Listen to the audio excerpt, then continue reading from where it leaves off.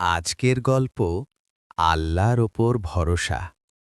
একটি ছোট গ্রামে আবদুল্লাহ নামে এক গরিব কিন্তু অত্যন্ত সৎ মানুষ বসবাস করত। তার জীবনে অভাব ছিল, কিন্তু তার ঈমান ছিল অনেক মজবুত।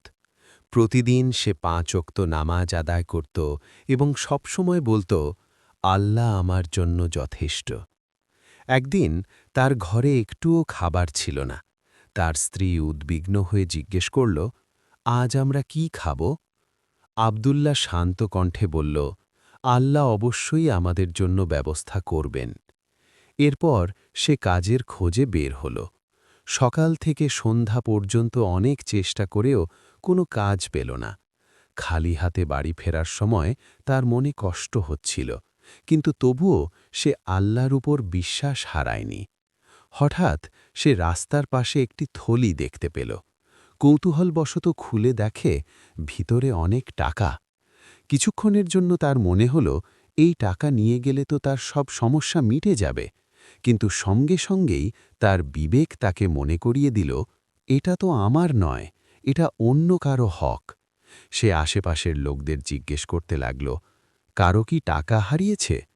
কিছুক্ষণ পর এক বৃদ্ধ দৌড়ে এসে বলল, হ্যাঁ, আমার টাকা হারিয়ে গেছে। আবদুল্লাহ বিন্দুমাত্র দ্বিধা না করে থলিটি তার হাতে তুলে দিল।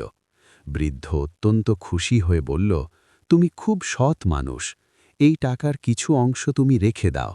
কিন্তু আবদুল্লাহ হাসি মুখে বলল, না, আমি এটা শুধু আল্লাহর সন্তুষ্টির জন্যই করেছি। বৃদ্ধ তার সততা দেখে মুগ্ধ হল। সে বলল, তাহলে তুমি আমার সাথে চলো। পরে সে আবদুল্লাহকে নিজের ব্যবসায় একটি ভালো কাজ দিল। এই কাজের মাধ্যমে আবদুল্লাহর জীবনে স্বস্তি ফিরে এলো।